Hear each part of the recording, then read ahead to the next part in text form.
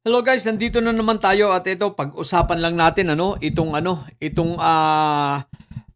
patungkol na naman dito sa isa sa mga suspek itong pamangkin nitong didilis na pulis. Okay guys, ito alam ko naman na ito ay iniimbestigahan na ngunit maaaring ito'y makatulong bilang paalala sa ating mga kapulisan, sa mga investigators na tingnan nila. Mahaba itong conversations na to, marami ito, tuloy-tuloy. So pero ito ang nagbigay sa akin ng this caught my attention Okay, bakit? Bakit ito nakuha ang ating attention at napansin natin? Sige ha. Basahin natin ha. Okay, tatagalugin ko na lang dahil waray ito Bagamat ang Bisaya ko ay Cebu, pero medyo may pagkakahawig So, waray ito, waray. Sabi dito bro, gun is here. Madayon kita, madayon is maghanda tayo. Sabi niya rito, maghanda tayo.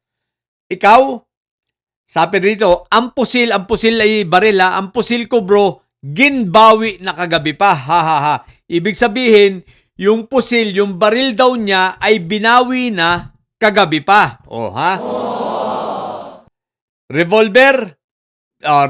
Pero kung madayon ka, sige, we use one gun lang, sabi ron. Pero kung nakahanda ka, kung nakapaghanda ka na, gagamitin natin isang baril lang. So, plinano talaga ito. Pero ito guys, alam natin, maliwanag na ito ay plano.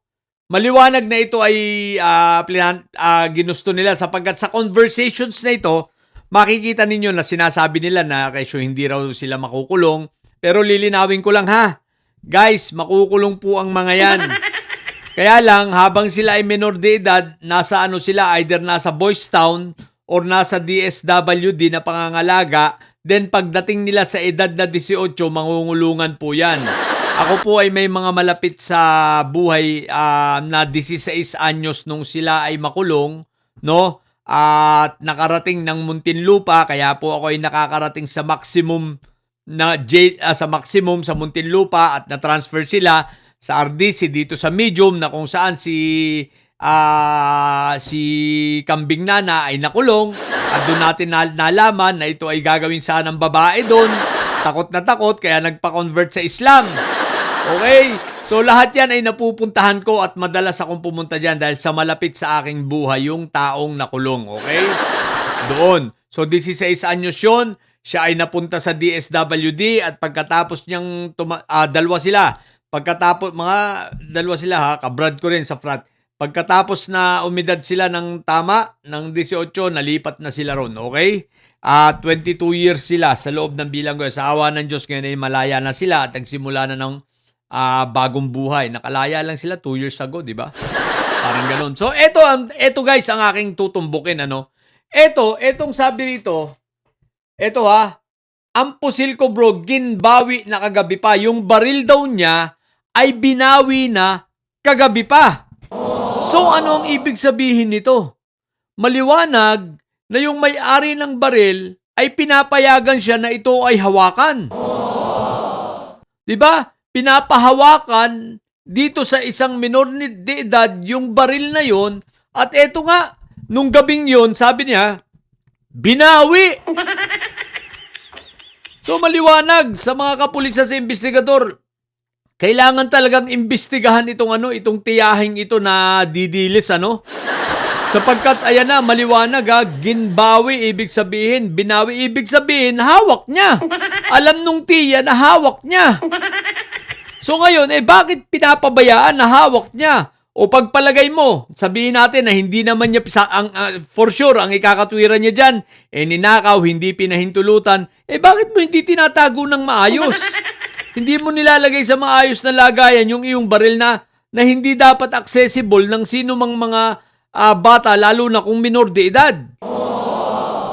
So bakit mo pinabayaan? So ikaw bilang isang pulis, ay responsibilidad mo na ingatan. Alam mo namang baril yan So maliwanag rito na may paglabag ka, meron kang negligence na tinatawag, o talaga naman, dalawa lang yan. Either talagang meron kang kaburaraan, di ba? At ikaw ay pabaya, or talagang pinapabayaan mo na hawakan nitong pamangkin mo at kinukonsinti mo.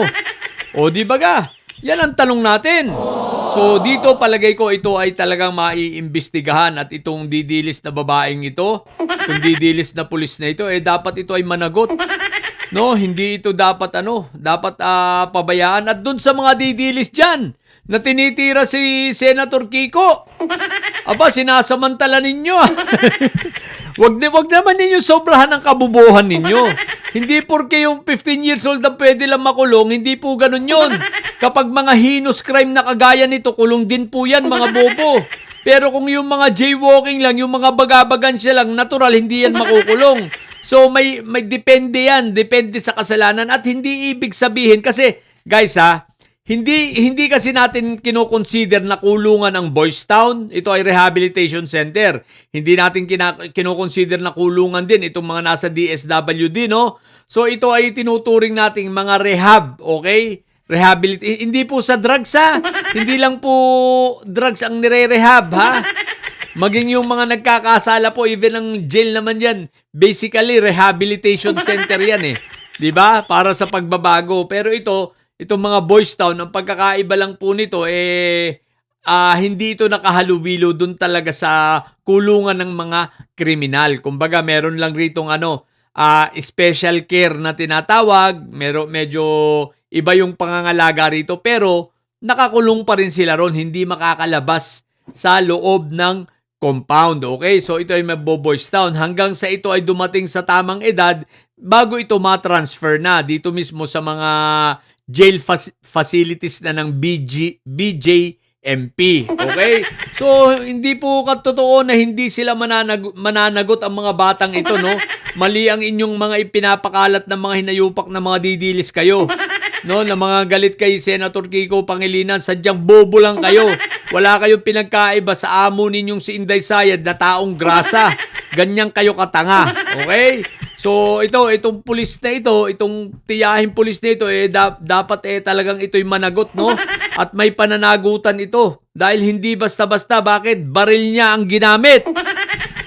Baril niya ang ginamit sa pagpatay, baril niya ang ginamit sa krimen. Okay?